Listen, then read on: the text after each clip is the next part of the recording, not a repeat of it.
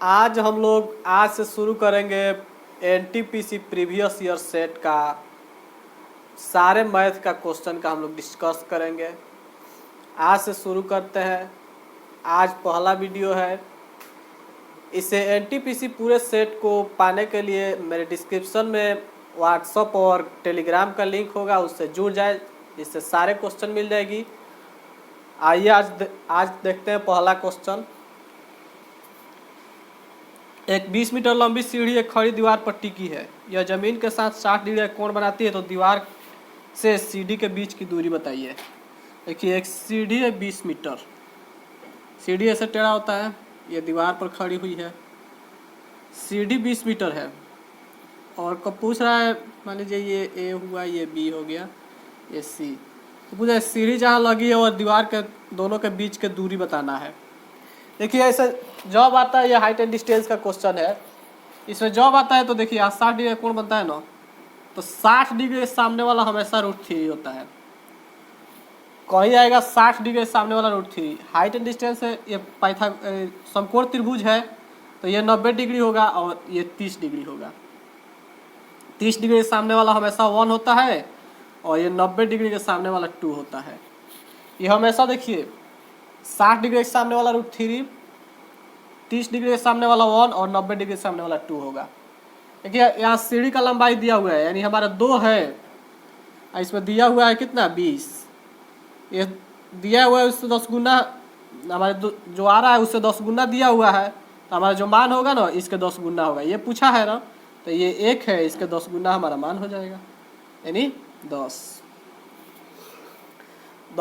हो जाएगा इसका आंसर। दूसरा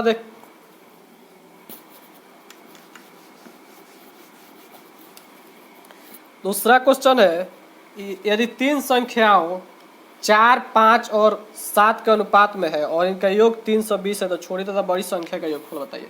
देखिए 4:5:7 के अनुपात में है और इनका योग दिया है 320। देखिए हम जोड़ेंगे तो कितना होगा, 4, 5, 9 और 7 16 आ रहा है। ये कह रहा है 16 नहीं, तीनों का जोड़ कितना है 320 है।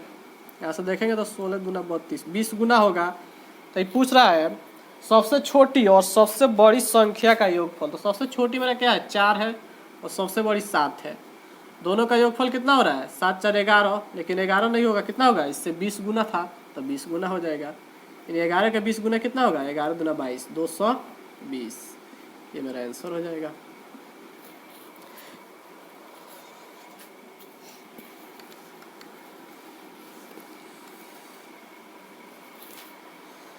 तीसरा क्वेश्चन है, ए और बी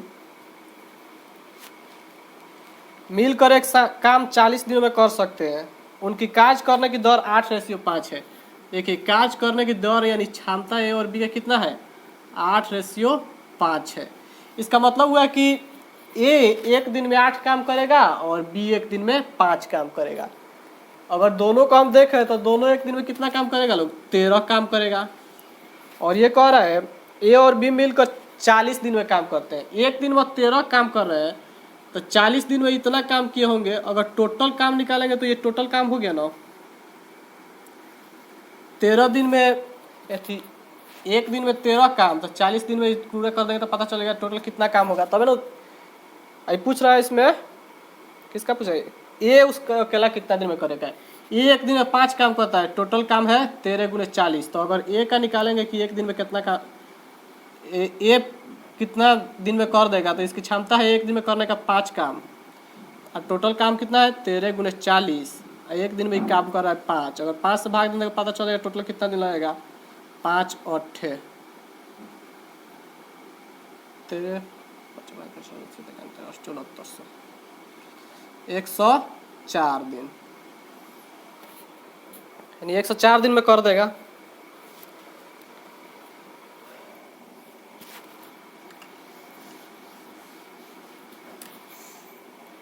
अगला क्वेश्चन है, एक समकोण त्रिकोण का क्षेत्रफल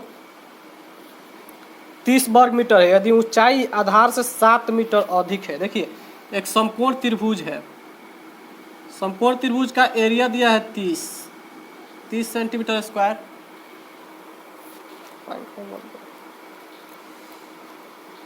ऊंचाई आधार से 7 मीटर अधिक है। अगर ऊंचाई देखिए, अगर ये आधार x होगा तो ऊंचाई x + 7 हो जाएगा। ऐसा क्वेश्चन आता है तो हमेशा ऑप्शन से बनाते हैं। देखिए इसे पहला ऑप्शन दिया है 5। अगर ये x का मान हम 5 रखते हैं तो ये हो जाएगा 5 + 7 12। अगर देख लेंगे इसका एरिया निकाल कर, अगर 30 आ जाएगा तो ये सही हो जाएगा। देखिए त्रिभुज का क्षेत्रफल क्या होता है 1/2 आधार गुने ऊंचाई। आधार कितना है 5, ऊंचाई कितना है 12, ये कट जाएगा 3 × 6 6 × 5 = 30। देखिए एरिया 30 आ गया, 30 क्वेश्चन में दिया ही है।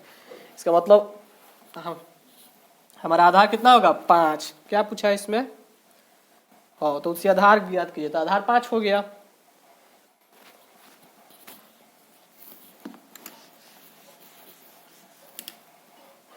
अगला क्वेश्चन, दो धनात्मक संख्याओं का अंतर 50 है और उन दोनों का अनुपात 7:2 है। देखिए दो धनात्मक संख्या है 7:2 है और दो धनात्मक संख्या का अंतर 50 दिया है। यहाँ से हम अंतर देखेंगे तो कितना होगा 5। ये कह रहा है अंतर 5 नहीं है, कितना है 50। जो हमारा संख्या है उसे 10 गुना है। तो इससे पूछा है क्या, तो दोनों संख्याओं का गुणनफल बताइए। गुणनफल क्या होगा, देखिए यहाँ हमेशा हम लोग देखिए इसमें गुना कर देंगे 7 × 14। ये 14 नहीं होगा, ये हमेशा x इसमें कॉमन रहता है, इसमें x कॉमन रहता है। अगर गुना करेंगे तो कितना हो जाएगा 7 × 14 x²।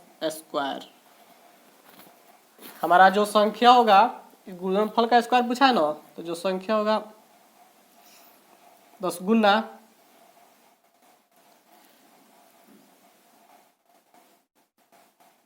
14, x का मान कितना है 10, तो 10 का स्क्वायर गुना कर लेंगे तो 14 × 100 यानी 1400 हो जाएगा आंसर।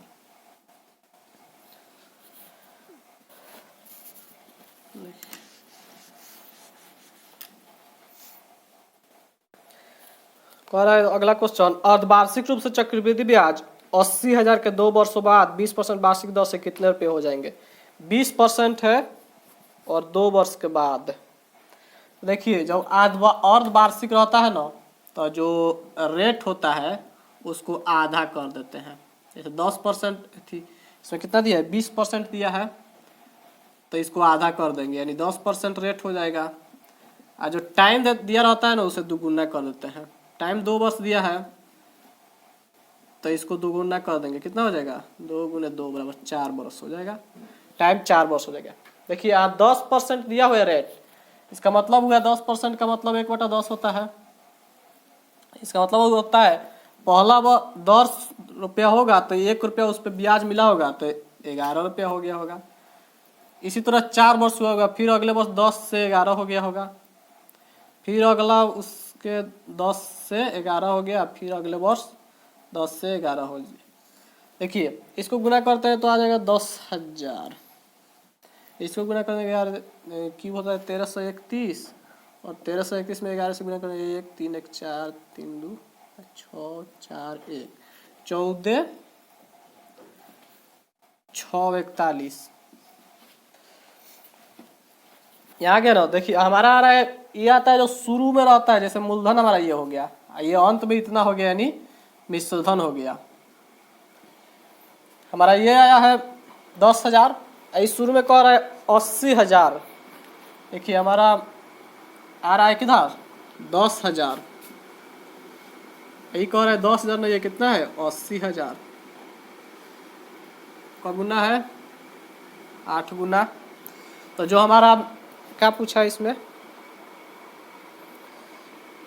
कितना रुपया हो जाएंगे, यानी ये पूछा है मिश्रधन कितना रुपया हो जाएगा। तो मिश्रधन 14 6 41 आया ना, तो इसके 8 गुना हो जाएगा। 14 6 41 के 8 गुना कितना हो जाएगा 8 × 8 8 चौका 32 के 2 हाथ से 3 8 छक्का 48 3 51 5 8 चौका 32 5 37 3 8 का यानी 1,17,128 आंसर हो जाएगा। यानी 2 वर्ष बाद हमारा कितना हो जाएगा 1,17,128।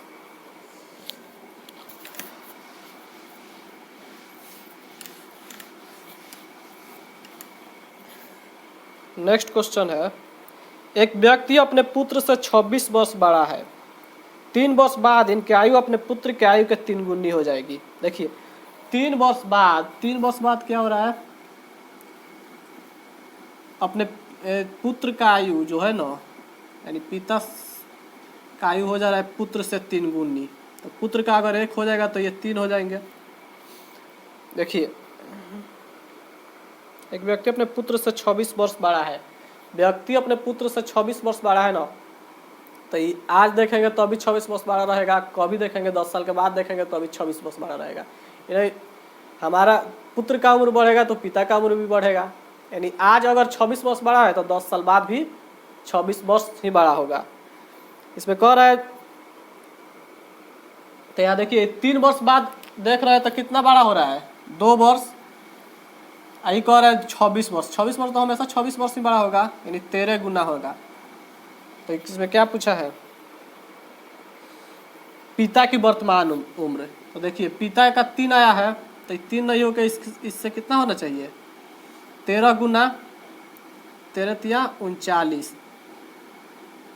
लेकिन ये 39 है 3 वर्ष बाद का उम्र। अगर अभी का निकालना होगा तो कितना, 3 साल बाद 39 होगा, तो अभी कितना वर्ष के होंगे, अभी 36 वर्ष के होंगे, तब ना 3 वर्ष बाद 39 वर्ष के हो जाएंगे। देखिए अगला क्वेश्चन,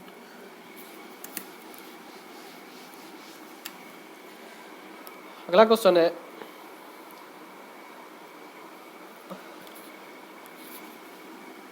पच्चीस 23 26 29 23 26 29 25 23 26 29 31 39 11 31 39 11 पूछ रहा है इसका माध्यिका क्या होगा। माध्यिका निकालने के लिए देखिए हम लोग क्या करते हैं, इसको बढ़ते क्रम में सजा लेंगे और जो बीच का संख्या होगा ना वही माध्यिका हो जाता है। देखिए बढ़ते क्रम में सजाएंगे तो यहाँ सबसे छोटा है 11, उसके बाद 23, उसके बाद 25 26 29 31 39 है ना। इसको बढ़ते क्रम में सजा लिए और इसमें देखेंगे अब बीच का संख्या कौन है, 1 2 3 4 5 6 7।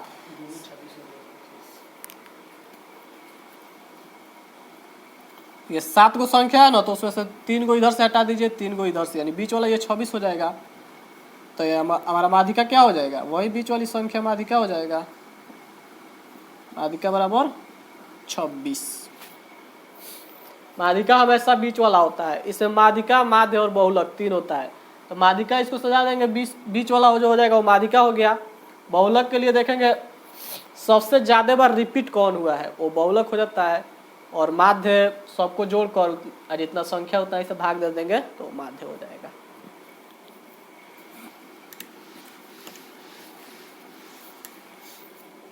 ये अगला, एक निश्चित धनराशि का साधारण ब्याज की एक निश्चित दर से 6 वर्षों के लिए निवेश किया गया। यदि 3% अधिक दर पर निवेश की होती तो 900 रुपया अधिक प्राप्त होता। देखिए 3% अधिक पर, देखिए 6 वर्ष है ना, 6 वर्ष है, अगर 3% अधिक पर लगाया होता तो 6 18% अधिक उसको मिलता। देखिए अगर दर 3% अधिक होता तो 6 18% उसको अधिक मिलता ना। तो ये कह रहा है 18% मिलता, लेकिन कितना कह रहा है रियल में वैल्यू, 900 रुपया अधिक मिलता। हमारा 18% उसके 900 के बराबर है, अगर गुना कर लेंगे तो 50 गुना होगा। तो पूछ रहा है इसमें मूलधन कितना होगा, तो मूलधन कितना होगा, हमारा 100% मूलधन हमेशा होता है। तो यहाँ से 100% निकालेंगे, 100% अगर 50 गुना है तो इसको 50 से गुना कर लेंगे, कितना आ जाएगा 5000।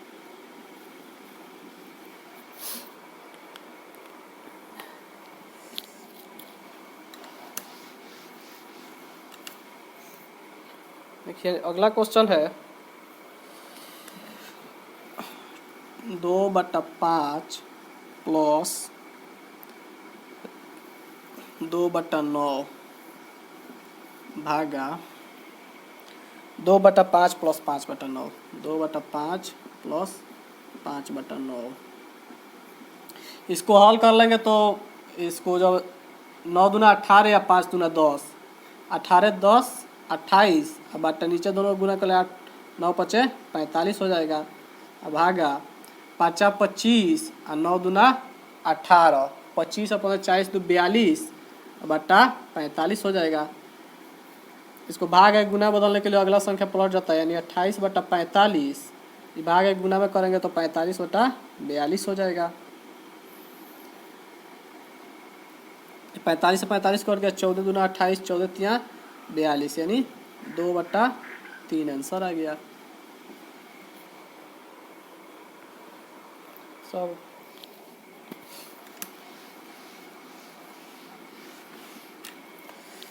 अगला क्वेश्चन है, P कार्य करने में Q से दुगुना सक्षम है। P कार्य करने में Q से दुगुना सक्षम है। अगर P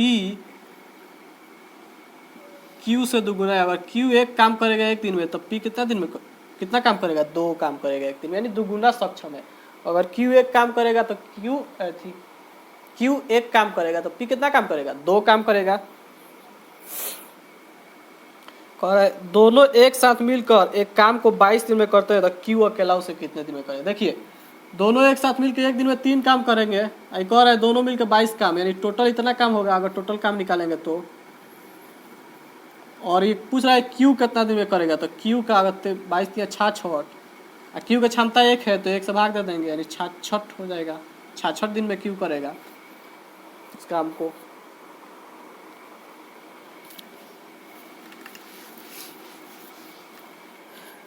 नेक्स्ट क्वेश्चन देखिए, 2 अंकों की संख्या अपने अंकों के योग के 4 गुनी है। देखिए, ये संख्या वाला जितना प्रश्न आता है ना, इसको हमेशा ऑप्शन से बनाते हैं, आसानी से बन जाता है।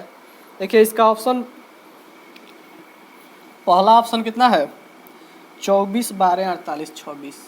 पहला है 24, बी नंबर है 48, सी नंबर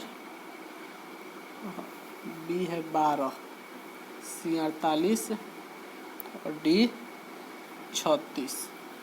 देखिए, कह रहा है 2 अंकों की एक संख्या अपने अंकों के योग के 4 गुनी है, तो अपने अंकों के योग के 4 गुनी है। देखिए, 4 2 6, जोग 6 आ रहा है, 6 के 4 गुनी 24, तो ये सही है।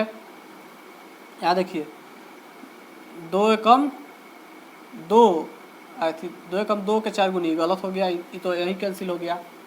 यहाँ देखिए, 8 4 12, 12 चौका 48, ये सही है। 6 3 9, 9 चौका 36, यहाँ तक सही है। अब देखिए, नेक्स्ट फिर पढ़ेंगे, यदि संख्या में 27 जोड़ दिया जाए तो यह अपने अंकों के योग के साथ गुना हो जाता है। अगर संख्या जो है ना उसमें 27 जोड़ दिया जाए तो अपने अंकों के योग के साथ गुना हो जाएगा। देखिए, यहाँ 24 है, 24 में अगर 27 जोड़ देंगे तो कितना हो जाएगा?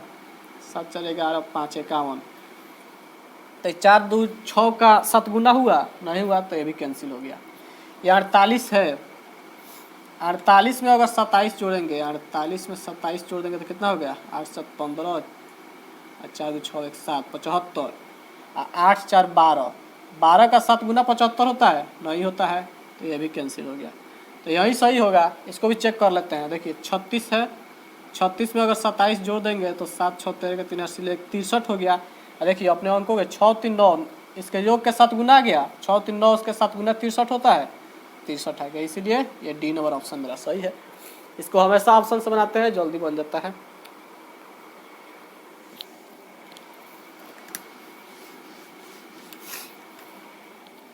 अगला क्वेश्चन है, एक नाव धारा के विरोध दिशा में एक शहर से वाई की ओर जाती है तो धारा के दिशा में शहर वाई से एक्स की ओर वापस आती है।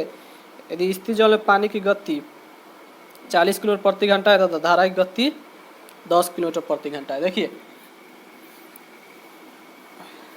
एक नाव धारा के विरोध जाती होगी तो जितना नाव का चाल होगा और धारा का चाल जितना होगा उतना माइनस करके जाएगी। जैसे नाव इधर से आएगी और धारा इधर से जाएगा तो नाव का चाल और कम हो जाएगा ना, तो माइनस हो जाता है। तो ये कह रहा है, एक नाव धारा के विरोध दिशा में शहर एक से वाई की ओर जाती है और धारा के दिशा में उसी दिशा में जिससे धारा बह रही है उसी दिशा में नाव जाएगी तो अपने धारा के चाल को भी जोड़ते हुए जाएगी। धारा के चाल और नाव के चाल जोड़ देंगे।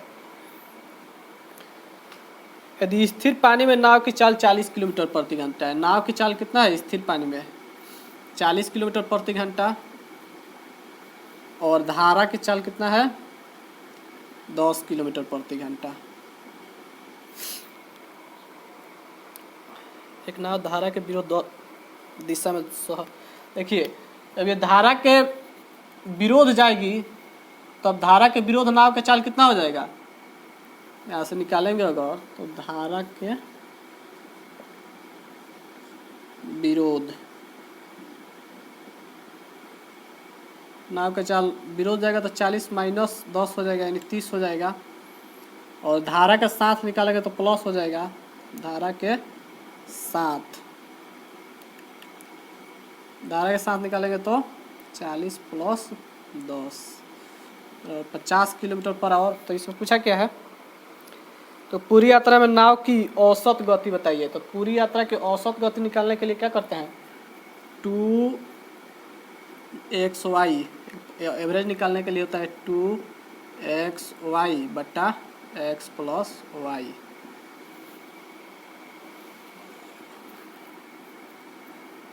दो गुने 30 गुने 50 बट्टा 80, इसको काट देंगे तो हो जाएगा, इसको काटेंगे तो 4 हो जाएगा यानी 30 50 या 150 बट्टा 4, इसको कटा देंगे तो 37.5 किलोमीटर पर आवर आ जाएगा।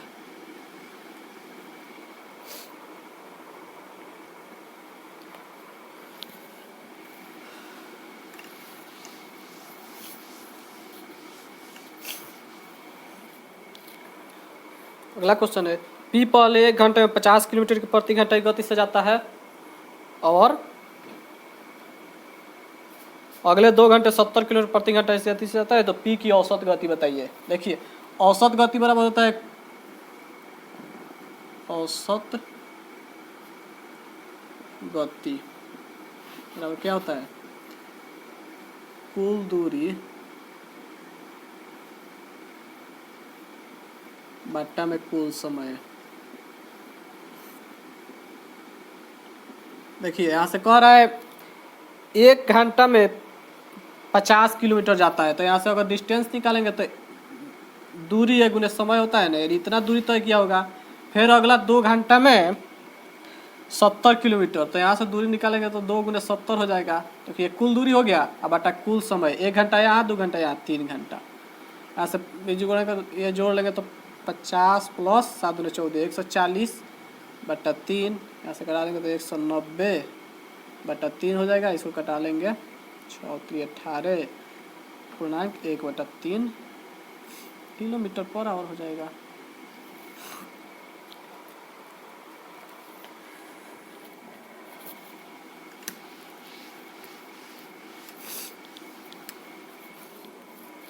अगला क्वेश्चन है राम ने एक वस्तु 1200 रुपये में खरीदे और 10% लाभ पर बेच दिया। देखिए सीपी कितना है 1200 रुपये में खरीदे और 10% लाभ पर बेच दिया। यदि वो 1380 रुपये में बेचा होता तो लाभ परसेंट बताइए। अगर देखिए अगर 1200 में खरीद के 1380 रुपये में बेचा होता यानी एसपी कितना होता 1380 रुपया, तो लाभ परसेंट कितना होता, लाभ परसेंट बराबर क्या होता है लाभ कितना हुआ है 1200 में खरीदा है 1380 रुपये बेचती है यानी 180 रुपये लाभ हुआ है। कितना में 1200 में परसेंटेज में बदलने के लिए 100 ये कट गया, ये कट जाएगा 15 बार में, यानी लाभ कितना हुआ 15%। तो ये पूछ रहा है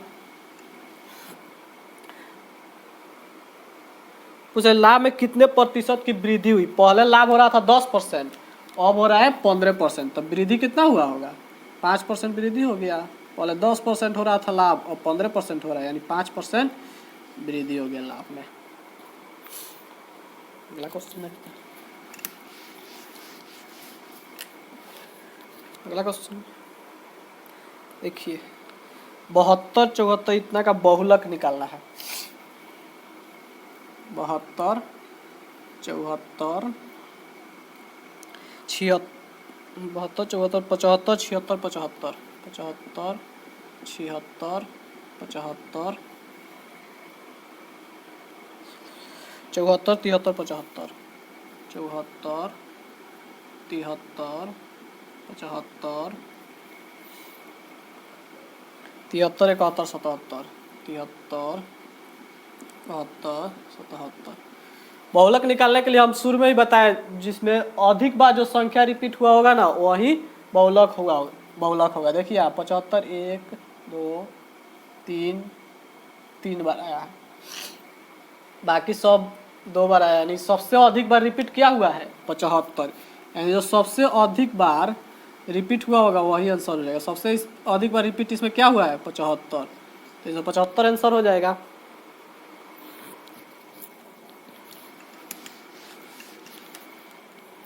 अगला क्वेश्चन है, 2 अंकों की संख्या के अंकों का योग 13 है। 2 अंकों की संख्या के अंकों का योग 13 है। यदि इन अंकों में आपस में बदला बदली कर दिया जाए तो संख्या 27 से घट जाती है, वह संख्या बताइए। देखिए इसको भी ऑप्शन से बना लेंगे, सेम उसी टाइप का है, इसको छोड़ देते हैं। अगला देखिए, राम की लंबाई 5 फीट है और ध्यान दिया कि उसकी परछाई की लंबाई 7 फीट है। देखिए ये राम के ओरिजिनल लंबाई हुआ, राम की लंबाई, और एक होगा उसके परछाई की लंबाई, परछाई की लंबाई। देखिए राम की लंबाई 5 फीट है तो उसके परछाई की लंबाई 7 फीट है। कह रहा है उसके बाद स्कूल की इमारत की परछाई 42 फीट बनी। उसके बाद उसने माता की स्कूल की इमारत की लंबाई 42 फीट बनी, तो स्कूल की इमारत की लंबाई बताइए। देखिए परछाई बन रहा है इसके इमारत के 42, तो स्कूल की लंबाई बताना है, यानी ए बताना है। तो देखिए इसका रेशियो बराबर इसका रेशियो कर देंगे, यानी ए 5/x = 7/42, जो कटा देंगे 6 बार में कट जाएगा, ऐसे गुना क्रॉस मल्टीप्लाई कर लेंगे तो x बराबर 6 × 25, इमारत की लंबाई कितना होगा 30 हो जाएगा।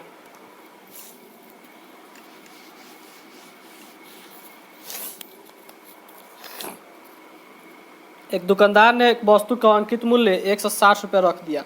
10% की छूट देने के बाद भी उसे क्रय मूल्य पर 20% का लाभ होता है। जैसे आएगा कुछ छूट देने के बाद भी उसे कुछ % का लाभ होता है।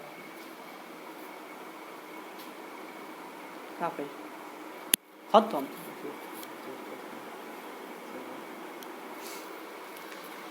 जैसे आएगा कुछ छूट देने के बाद कुछ % लाभ आता है, तो उससे हमेशा हम लोग निकाल लेंगे CP और MP का रेशियो। इसको निकालने के लिए होता है 100, अब जो छूट दिया होगा माइनस डिस्काउंट, IMP निकालने के लिए 100, और जितना प्लस माइनस, अगर लाभ हुआ होगा तो लाभ, हानि हुआ होगा तो हानि। एक और है दिया 10% छूट देने के बाद क्रय मूल्य पर 20% का लाभ कमाता है। तो देखिए 10% छूट दिया, यानी 100 - 10 हो जाएगा, अब 20% लाभ कमा रहा है, तो यानी 100 + 20 हो जाएगा, ये हो जाएगा 90, ये हो जाएगा 120। इसको कटा लेंगे रेशियो में, 4 से कट जाएगा, ये 3 से कट जाएगा, यानी 3:4 आ गया, यानी CP 3 आ गया, MP 4 आ गया। तो इसमें दिया है अंकित मूल्य 160 रुपये है, तो क्रय मूल्य बताइए। अंकित मूल्य 160 रुपये, हमारा 4 आ रहा है, इसका कितना 160, कितना गुना है 40 गुना। हमारा क्रय मूल्य पूछना है तो क्रय मूल्य इसके 140 गुना होगा, 40 गुना केवल 4 × 12, 120 रुपया हो जाएगा इसका क्रय मूल्य।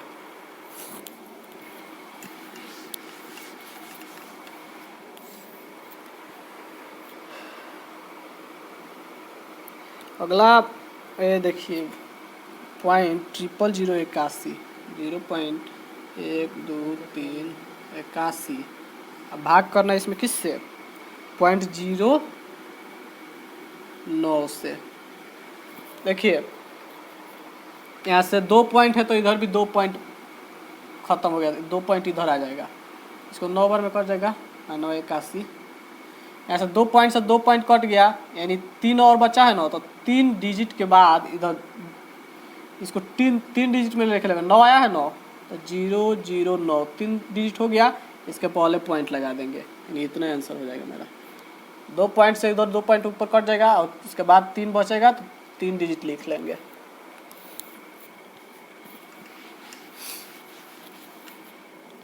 अगला क्वेश्चन है 90 मैच के क्रय मूल्य 60 मैच के विक्रय मूल्य के बराबर है।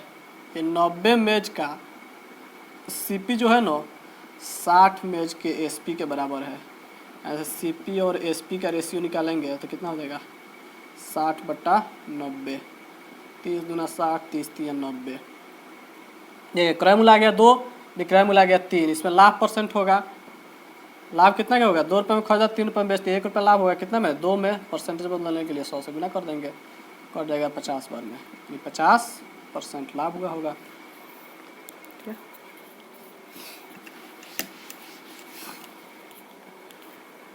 अगला क्वेश्चन है 12 मीटर और 17 मीटर लंबे खंभे जमीन पर सीधे खड़े हैं। देखिए एक 12 मीटर का लंबा है और एक 17 मीटर लंबा खंभा है, दो, ये 12 ये 17 जमीन पर खड़ा हुआ है और इनके बीच के दूरी 12 है, इनके बीच के दूरी 12 है। देखिए यहाँ से अगर इसको मिला दें तो ये भी 12 हो जाएगा। ये पूछ रहा है दोनों छोरों के बीच की दूरी और यहाँ से और यहाँ के बीच की दूरी पूछ रहा है। यहाँ से यहाँ तक 12 तो यहाँ से यहाँ तक भी 12 होगा, ये टोटल 17 है तो यहाँ से यहाँ तक अगर हम निकालेंगे तो 5 हो जाएगा। देखिए ये 12 ये 5 तो ये पाइथागोरस या 90 डिग्री बनेगा, तो पाइथागोरस में 5 12 13 होता है, ऐसे भी निकाल लेंगे। या नहीं तो ये दोनों का स्क्वायर तो होता है ना h का स्क्वायर और p का स्क्वायर प्लस b का स्क्वायर। हमको h का स्क्वायर निकालना तो p है 5 का स्क्वायर प्लस 12 का स्क्वायर, ऐसे आ जाएगा 25 प्लस 144, गुना कर लेंगे तो आ जाएगा 169, जोड़ लेंगे तो ऐसे h बराबर आ जाएगा 13।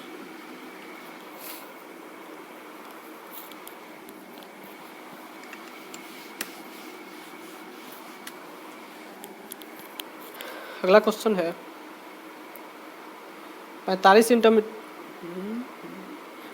सेंटीमीटर लंबी और 35 सेंटीमीटर चौड़ी आयताकार चादर के कोनों में से, देखिए एक आयताकार चादर है, इसका लंबाई है 45, चौड़ाई है 35। इसमें से चादर के 5 सेंटीमीटर की भुजा के 4 वर्ग काटे गए। देखिए यहाँ से कोना पर से 5 सेंटीमीटर भुजा का एक वर्ग काट लिया गया, एक यहाँ से काट लिया गया, एक यहाँ से काट लिया गया, एक यहाँ से काट लिया गया। काटने के बाद जो बचेगा उसको मोड़ देंगे, एक बॉक्स बनाएंगे। तो ये पूछ रहा है बॉक्स बनाएगा तो बॉक्स का आयतन क्या होगा। देखिए ये लंबाई 45 था, ये वर्ग है तो ये सब 5 5 होगा, यहाँ 5 5 होगा, सबका 5 5 ही होगा। देखिए 5 यहाँ से निकल जाएगा, 5 यहाँ से निकल जाएगा, तो इसका लंबाई कितना बच गया 45 था, उसमें से 10 निकल गया तो 35 लंबाई बच गया। देखिए चौड़ाई में से यहाँ से 5 निकल गया, यहाँ से 5 निकल गया और चौड़ाई 35 था, 10 निकल गया तो 25 बच जाएगा। और देखिए जब इसको मोड़ेंगे तो ये इतना हाइट हो जाएगा, यानी हाइट इसका कितना हो जाएगा, एच अगर निकालेंगे तो यहाँ 5 हो जाएगा, हाइट 5 हो जाएगा। आयतन पूछा है तो आयतन बराबर क्या होता है, वॉल्यूम बराबर LBH, ये 25 गुने 35 गुने 5, इसको गुना कर लेंगे, 125 में 35 से गुना कर लेंगे,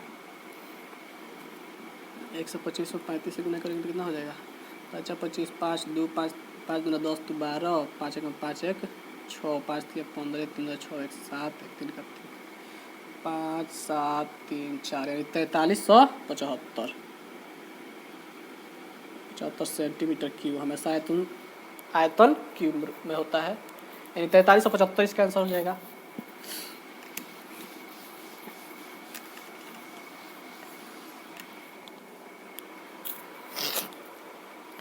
अगला क्वेश्चन है 8 के प्रथम 20 गुणजों का औसत बताइए। 8 के प्रथम 20 गुणक क्या होगा, पहला गुणक 8 होगा, दूसरा 16 होगा, तीसरा 24, यानी 8 के पहाड़ा तक। अब 20 गुणक है ना तो 8 दूना 16 यानी 160 अंतिम गुणक होगा। और ये इसके बीच के अंतर हमेशा 8 ही होगा। जब बीच का अंतर हमेशा समान होता है तो एवरेज निकालने के लिए पहली प्लस अंतिम बटा टू कर देते हैं तो आ जाता है, यानी 8 प्लस 160 बट्टा 2, 168 बट्टा 2 काट देंगे तो हो जाएगा 8 4 84। एवरेज कितना हो जाएगा 84।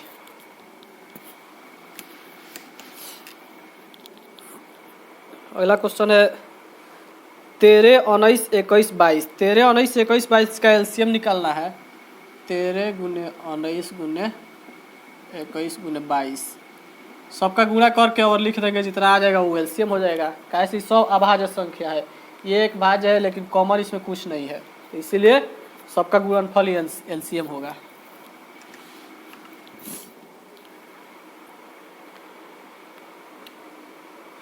अगला क्वेश्चन है यदि x 3 9, देखिए यहाँ है x और 393, कह रहा है x के जगह पर क्या आएगा कि ये 11 से विभाजित होगा, और ऑप्शन दिया है, इसको ऑप्शन के हेल्प से बनाते हैं। देखिए यहाँ x का वैल्यू अगर 1 लेंगे तो 10 हो जाएगा 6। 11 का विभाज्यता का नियम क्या होता है, दोनों अल्टरनेट संख्याओं का अंतर या 11 से विभाजित हो या शून्य हो जाए तो वो संख्या पूरी संख्या 11 से विभाजित होगी। यहाँ अगर 1 लेंगे तो 10, 1 लेंगे तो 10 है, 6 नहीं होगा। 2 लेंगे तो भी 11, 6 नहीं होगा। 3 लेंगे तो भी नहीं होगा। 4 लेंगे तो 9 4 13, 5 लेंगे तो 9 5 14, यहाँ 1 के लेना होगा 7, 7 लेंगे तो 9 7 16, 16 में से 6 नहीं होगा, 8 लेना पड़ेगा। 8 9 17, 8 9 17, यहाँ x का वैल्यू अगर 8 लेंगे, x का वैल्यू 8 लेंगे तो 8 9 17 हो जाएगा, और ये 3 गुना 6 हो जाएगा। 17 और 6 का अंतर 11, जो 11 से विभाजित है, इसलिए यहाँ x का वैल्यू क्या होगा 8।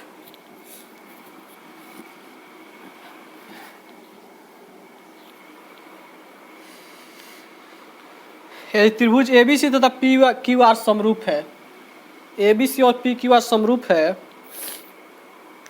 त्रिभुज इंक खत्म,